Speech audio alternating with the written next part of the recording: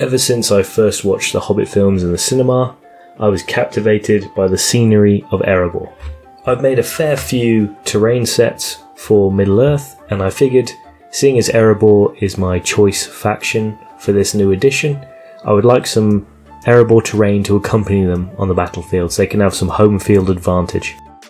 So let's get into this one. I'm Joe from Windish Wargamers, and here is how I made some Erebor terrain for MESBG. Now let's shine a spotlight on the Erebor region and why it's so interesting. Even just within the film trilogy, there's plenty of different urban and natural vistas to pull from for Erebor. You could make the outskirts of Erebor with the statues and the trees. You could make the snow-covered Raven Hill at the Battle of the Five Armies, but instead I decided to do some of the interior of Erebor. Nothing says Erebor to me quite like the green marble and gold detailing. Also, it will complement my army. They are based on green marble, and so it's going to fit really nicely with them. Very first thing I'm going to show you is the throne. Obviously, because Moria was taken by the Balrog, Erebor at this stage is the seat of power for the line of Durin. Therefore, there's nothing quite as synonymous as that power and as the line of Durin than the throne itself. I found an STL file online that fit the bill really nicely, and my friend Isaac was kind enough to print this for me.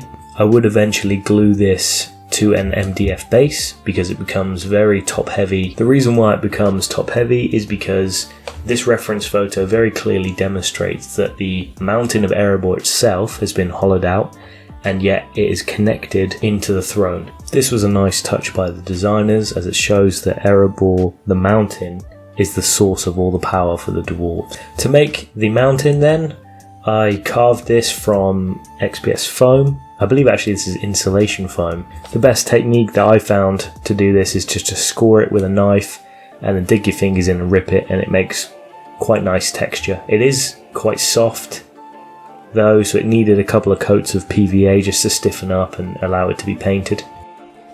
To save time later in the video, I'll just explain how I did all the marble effects and whatnot. So for any bits that were flat, like the base, I could use this, which is marble effect vinyl. I found this from Poundland in the UK, I think a few years ago now actually. I knew I wanted to use it for something.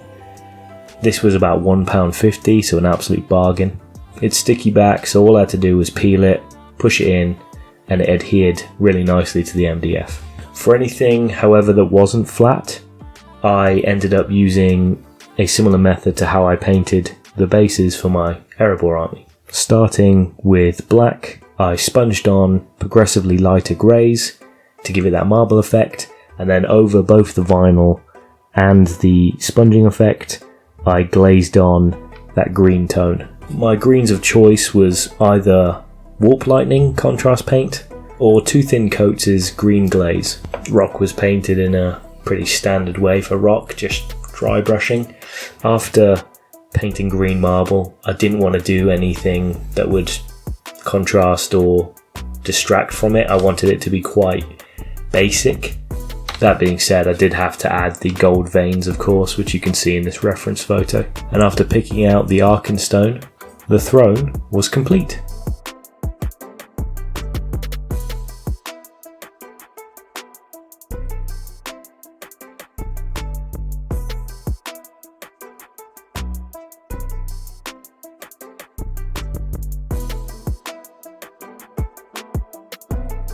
Next is the treasure hoard. I didn't want to go absolutely mental with the treasure, but I did want to have maybe one sort of quadrant of the map to be the treasure hoard. Obviously, this would symbolise their wealth, but also the kind of descent that Thror and eventually Thorin goes through. In game, I could use this as difficult terrain, as obviously climbing piles of treasure, you know, it's not an even surface, and also things are going to slip and slide. The actual making of these was quite simple. I decided to go with some terrain crate and also some bits from Bits to Base, which I believe is a German company. I couldn't really think of a better way to create gold piles that would look convincing. So all I had to do really was paint them up, base them on some more green marble bases, and I also added some pillars from the Plastic Moria terrain set. This would give these terrain pieces slightly more elevation and also be better at line of sight blocking. I'll just take a pause from the terrain making and just say, if you've made it this far and you like what you see, I hope you consider giving it a like. Additionally, if you hate it, give it a dislike. Feel free to subscribe and to hit the bell icon so you don't miss anything. And lastly, feel free to join the Windrush Wargamers Discord, link below. It's an excellent group of hobbyists. We're always showing our work in there, inspiring each other and giving each other advice. In fact, the Bits to Base treasure set was recommended to me by Old Shatterhands in the Discord. When Bilbo describes Erebor in the book, he describes there being great mansions within the mountain. To achieve this, I decided to utilise the TT Combat Dwarven range, in particular the Dwarven Dwelling. These are Dwarven themed MDF kits, and they would act as a really good base for me to work up from. When I popped these out of the sprues and I started gluing them together with wood glue, I wasn't prepared for just how large these things are. Before gluing them all together though, I did put them onto the vinyl again. This would give me the marble patterning. This was glazed with the green glazes. Additionally, any doorways or anything, any details like that, I decided to use gold. You can see that they use it for gates and doors, just like this scene where Smaug is about to break through. You can see a massive golden door with Dwarven runes on it. So any doors, any chimneys, any Dwarven runes, anything like that, I decided to pick out with gold. I built the large domicile buildings of the Dwarven Dwelling pretty much as intended. The same again for the Warriors Hall, with the only exception being I made it in two halves. I intended to use one as a walkway and one as a sort of platform for the throne.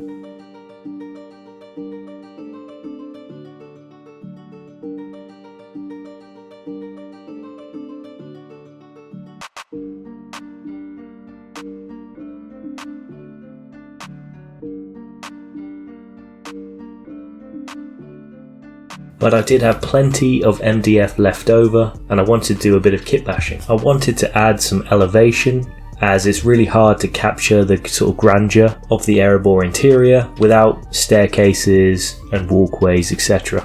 A few of the Dwarven kits had these sort of ancillary pillars on the side of it. These were a good height. They matched the height of the top of the stairwell, the roofs, and also the two halves of the Warriors Hall. So I realised that if I created a section of walkways, I could have a kind of network that could run through the whole board. I used a selection of flat MDF pieces, gave them the old vinyl treatment, and used a combination of pillars and stone to act as the support structures. This would help sell it, as it would show they're hewn from the mountain and be visually similar to the throne.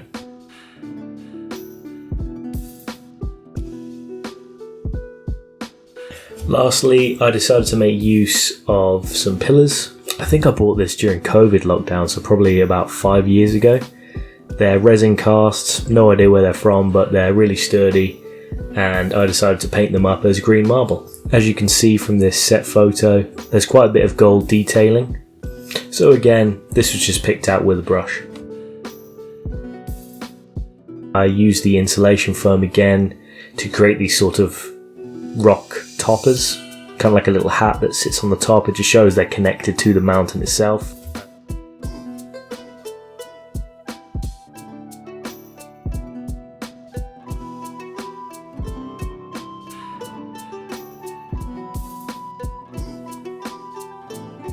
And that's all she wrote. This is my Erebor terrain piece.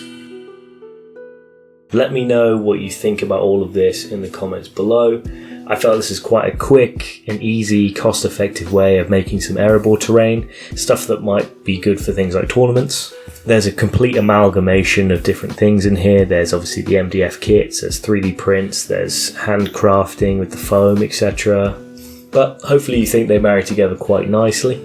My favourite bit by far is the throne. It's a really nice centrepiece model. I can't wait to chuck all this on the table, bring my dwarves down, my army of Thrall, and just start cleaving people. It's going to be really fun. This is the first of 3 terrain boards that I'm thinking of making. So I let the Discord vote for the order in which I release these. Erebor won first and foremost.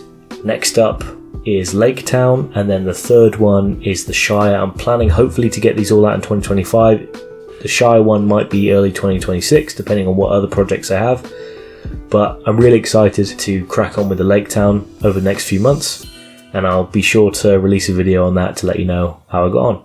I'm Joe from Winter's Wargamers. Thank you so much for watching. Check out our back catalogue of MESBG terrain. I've built a Stone Giant, I've built Mirkwood terrain, we built Battle for Middle-earth 2 terrain, or if you prefer, feel free to check out some of our back catalogue of our conversions. The most pertinent to this video is probably the Young Thorin, Balin and Dwalin video I made. Anyway, thanks again for watching.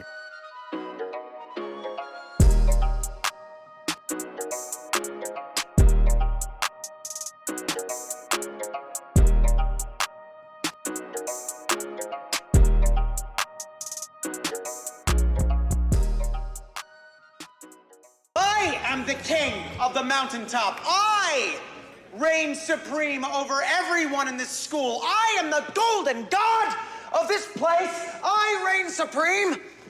I